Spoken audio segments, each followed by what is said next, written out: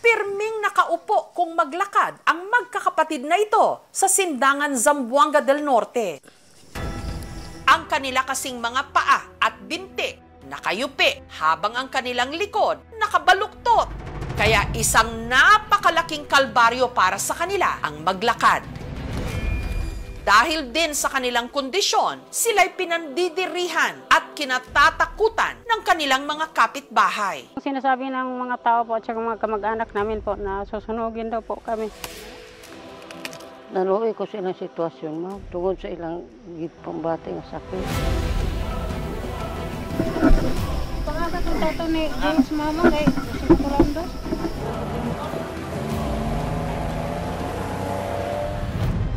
Ano ba ang sakit na nagpapagapang sa hirap sa magkakapatid?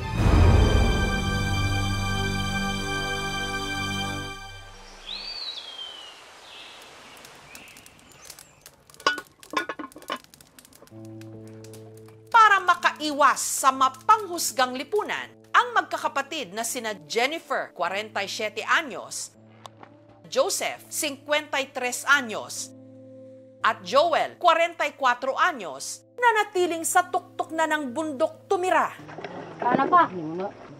Relata, kao na rin. Yatanos yung plato. Kasama ang kanilang nanay Beatriz at tatay Consorcio, kapwa 79 anyos. Simulat po na nagkasakit po kami. Hindi na po kami bumababa, hindi na po kami lumalabas. Dito lang po kami sa bahay namin, dito sa bundok. Hindi na naman, tungo na tulog.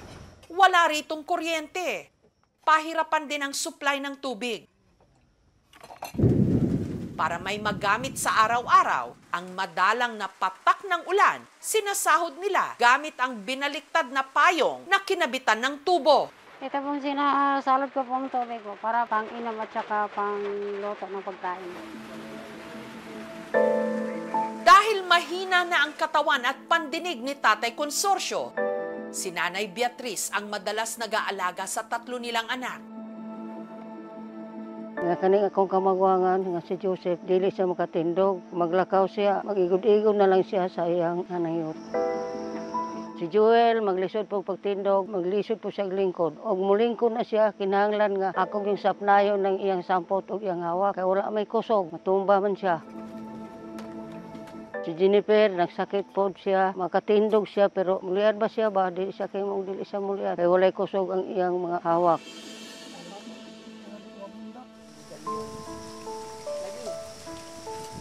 Normal naman daw ang magkakapatid nung ipanganak sila ni Nanay Beatriz. Marami pa po kaming nagagawa. Nakapunta pa po ko ng Zamboanga City, 10 taon po ako doon. Namasukan ng kasambahay po. Maglinis ng bahay, magbantay ng bata sa school. Pagkatapos po, tumutulong pa ako sa tindahan ng amo ko po. Pero taong 2010,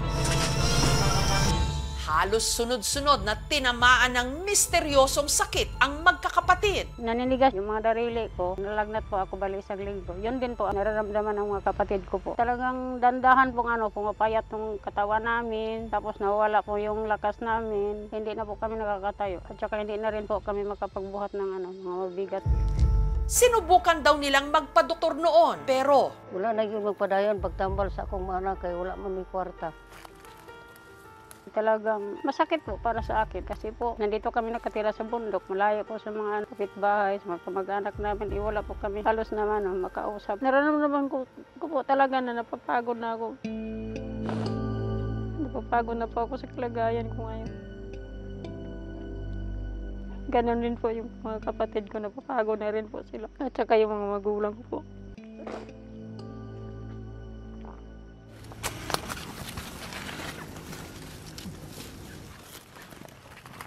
pagtatanim ng mais ang ikinabubuhay nila sa bundok.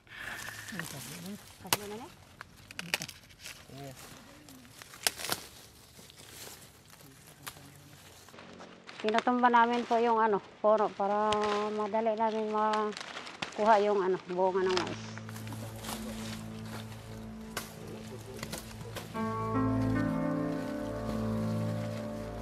Ang mga naani, isinalansan. Dito kasi nakasalalay ang ipanggagastos at kakainin nila sa mga darating na araw.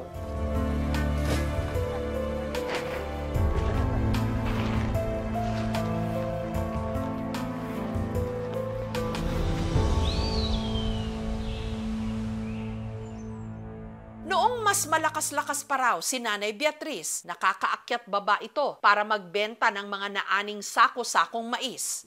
Dahil sa matarik at madulas ang daanan at mabigat na pasan-pasang mga mais, ilang beses na raw nalagay sa alanganin ng kanyang buhay. Nadala po siya ng ospital, nahulog po siya doon sa bangil. Kahit halos hindi niya makaya po, talagang kakayanin po niya. Ginagawa po namin ang lahat para hindi kami makapagbigat ng nanay ko. So, naigunan eh.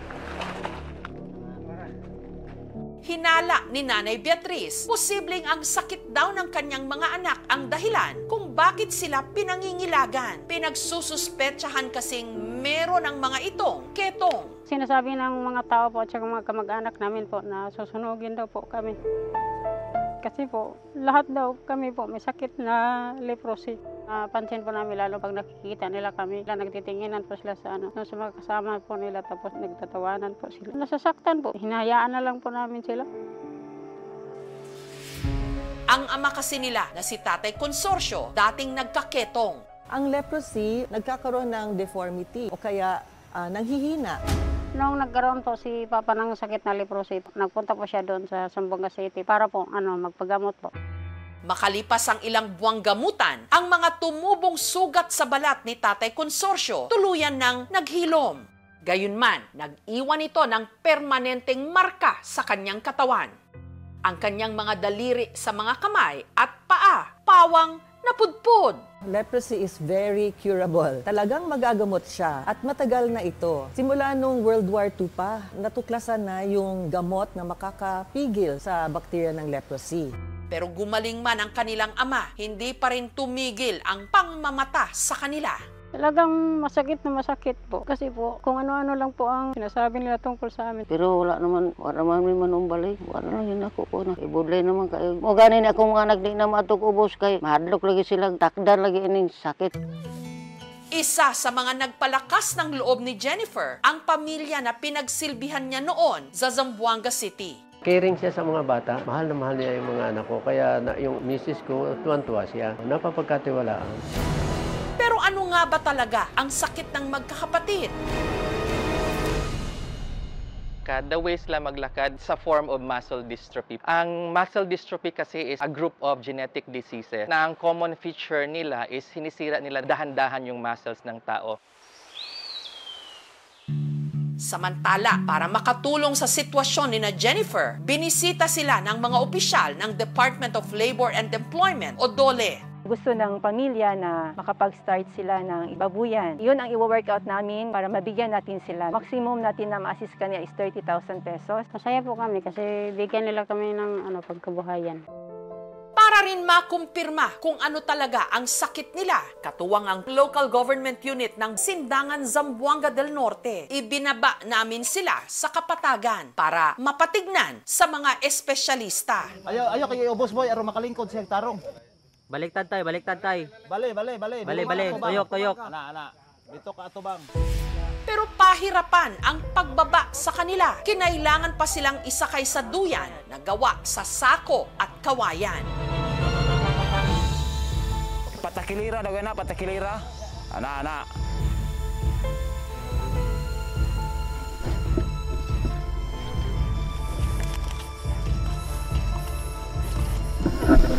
Pangasa ko tato ni James mama kay sigurando.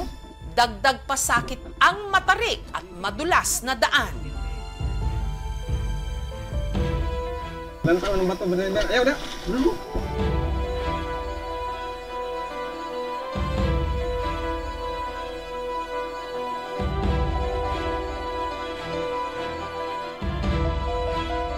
Matapos ang halos isang oras, ligtas din silang naibaba ng bundok.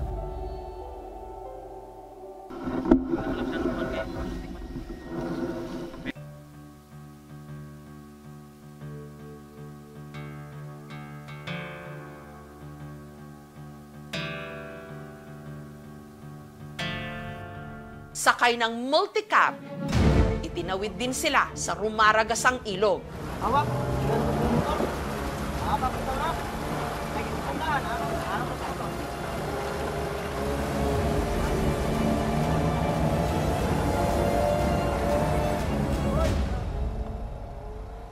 Kinailangan din silang ibiyahe sa ospital na halos 6 na oras ang layo mula sa Sindangan. Ayon sa mga doktor, ang magkakapatid, posibleng meron ngang muscular dystrophy. Ang laman po ng muscle mismo ay nawawala sa katawan, kaya sila nanghihina. Genetic po talaga yung iniisip namin na cause. Once malaman natin ano ang genetic cause, mas madali natin matulungan ang pamilya. Na-refer po natin sa rehab po ang mga patients para matulungan po sila paglaki ng mga muscles po nila. Nire-recommenda po namin na mag-undergo po siya ng physical therapy para mas ma-recondition po yung muscles and para ma-improve yung strength and range of motion. Para sabihin po natin na makakalakad sila ulit na tulad ng normal na tao, mukhang mahihirapan po tayo. Kung hirap po na pumunta dito sa amin, pwede po namin silang i-endorse sa pinakamalapit na hospital for continuity of care. Si Tatay Consorcio, negative na rin sa leprosy, habang sina Jennifer naman, kumpirmadong kailanman hindi nagkaketong. At bilang pampalakas ng loob ni Jennifer, binisita siya ng dati niyang amo.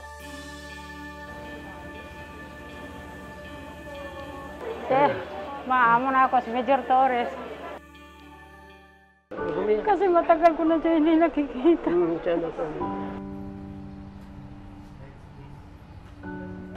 Masaya po ako. Kasi nakikita ko po yung dating amo ko na si Major Torres. Mabait po talaga siya, tsaka yung mga anak niya, tsaka asawa niya. Nagulat nga kami, ganito ang kanyang katayuan ngayon.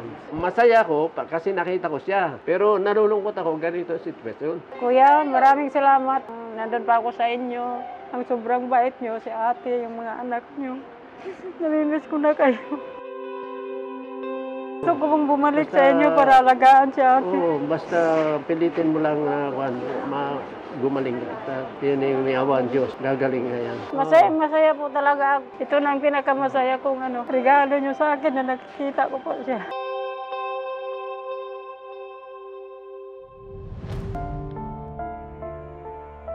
Hindi ko pa po alam kung may chance pa po na gagaling po kami. Diyos na lang pang bahala sa amin. Sana po mapagamot lang po sana kami na may tutulong po sa amin.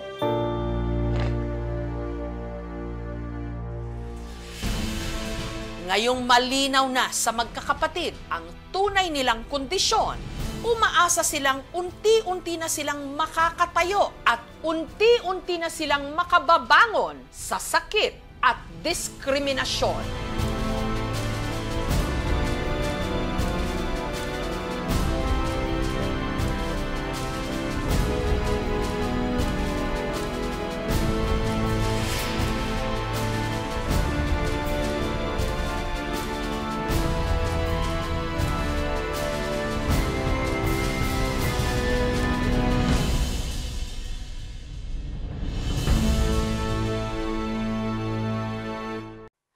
Thank you for watching, mga kapuso. Kung nagustuhan niyo po ang videong ito, subscribe na sa GMA Public Affairs YouTube channel. And don't forget to hit the bell button for our latest updates.